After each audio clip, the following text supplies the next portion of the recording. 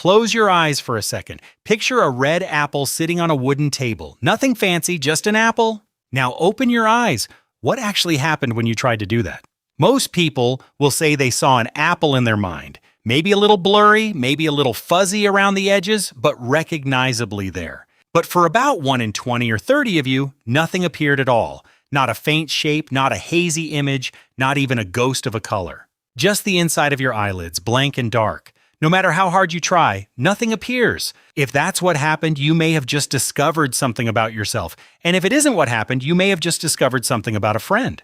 Because for a meaningful slice of humanity, the mind has no pictures in it. Not weak ones, not blurry ones, not ones that fade quickly. None at all. Not ever. The condition has a name now, and the name is brand new. It's called aphantasia. And until 2000, almost nobody, including the people who had it, knew it was a thing, which is a remarkable thing for science to have missed. The strange part of this story is that we should have known 140 years ago. In 1880, a Victorian scientist named Francis Galton ran one of the first surveys of mental imagery. He asked people a deceptively simple question. Picture your breakfast table this morning. Now rate, on a scale of vivid to non-existent, how clear that image is in your mind.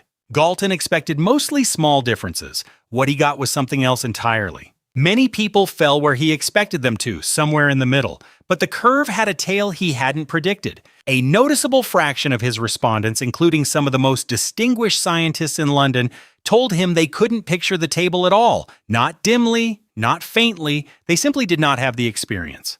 Galton noted the finding, found it fascinating, and then science promptly forgot about it for over a century. It turns out scientists are surprisingly bad at remembering things that don't have a name yet. The story finally got its name through one strange and specific patient. 2005. A 65-year-old man in the UK had a minor heart procedure. Nothing went wrong. He went home. Except gradually, he realized something was missing from the inside of his head. He could no longer picture his wife's face. He could no longer summon the layout of his own kitchen. He still remembered everything intellectually, in words and facts, but the pictures that used to come with those memories were simply gone. He could describe his living room down to the last lamp. He just couldn't see it anymore when he closed his eyes. He was referred to a neurologist at the University of Exeter named Adam Zeman.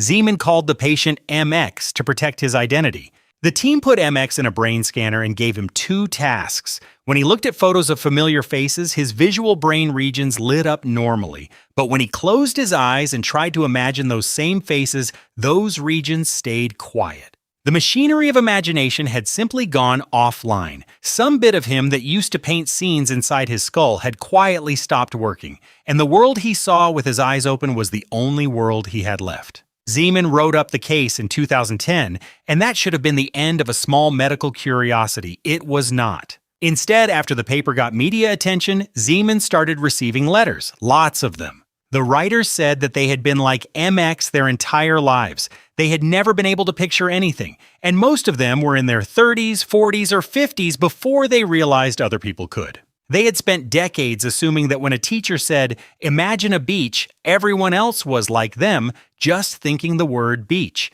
The phrase mind's eye, to them, was a poetic flourish, not a literal description. Hearing the truth for the first time, often in their 40s, hit some of them genuinely hard. In 2015, Zeman published a follow-up paper describing 21 of these lifelong cases. He coined a new word for the condition, aphantasia, from the Greek phantasia, meaning the faculty of producing mental images, with an A in front, meaning without. And suddenly, a thing that had been invisible since Galton became visible everywhere. The estimates settled around 3 to 4% of people, which means roughly 1 in 25 humans walks around without an inner picture show. Plus, a much larger group with very faint imagery, somewhere on the way to absent. That's at least 250 million people on this planet, give or take a few continents. Now, you might reasonably wonder if these people are just bad at describing what's in their heads. Maybe they have mental images but can't put words on the experience. This was a serious objection for years, until a neuroscientist at the University of New South Wales named Joel Pearson designed a way around it. Pearson's test doesn't ask anyone to describe anything. It uses a quirk of vision called binocular rivalry. When each of your eyes sees a different image, your brain quickly picks one to show you and suppresses the other. Here's the elegant part. If you imagine one of those images vividly just before the test, your brain becomes more likely to pick that one. The imagination primes the perception.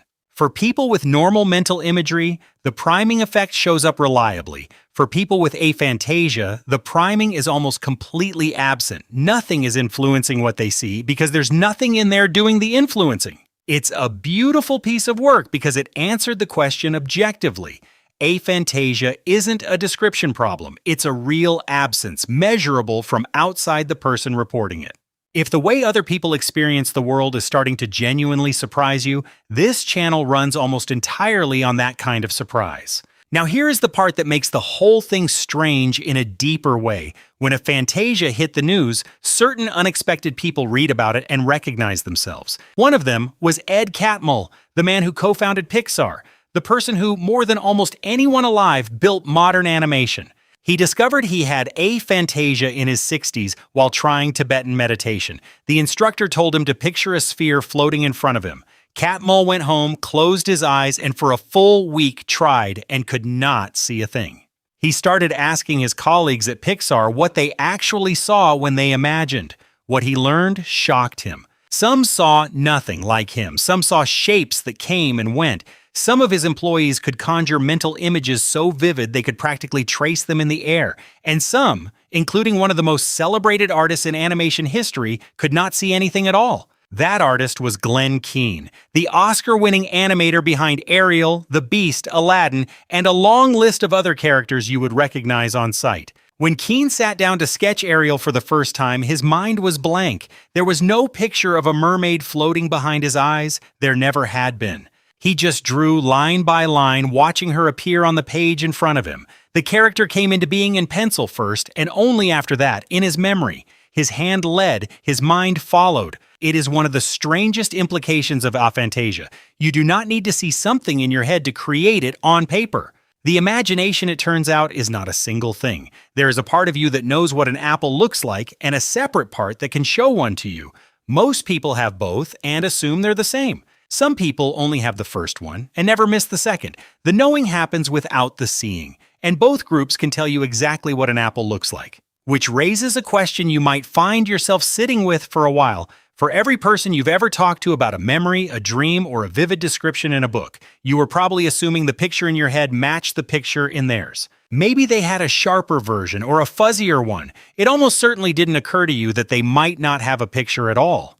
The inside of another person's mind has always been the most private place in the world. We share words for what's in there, but not the experience itself. Aphantasia is one of the first proofs that this privacy is real in a way we never imagined.